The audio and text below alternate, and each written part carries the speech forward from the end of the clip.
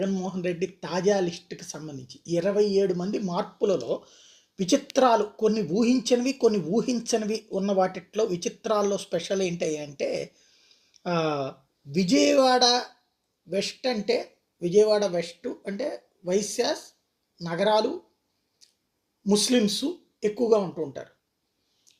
అట్లాంటి చోట్లన నగరాలకు ఎప్పుడూ ఇవ్వలేదు ఎవరు కూడా.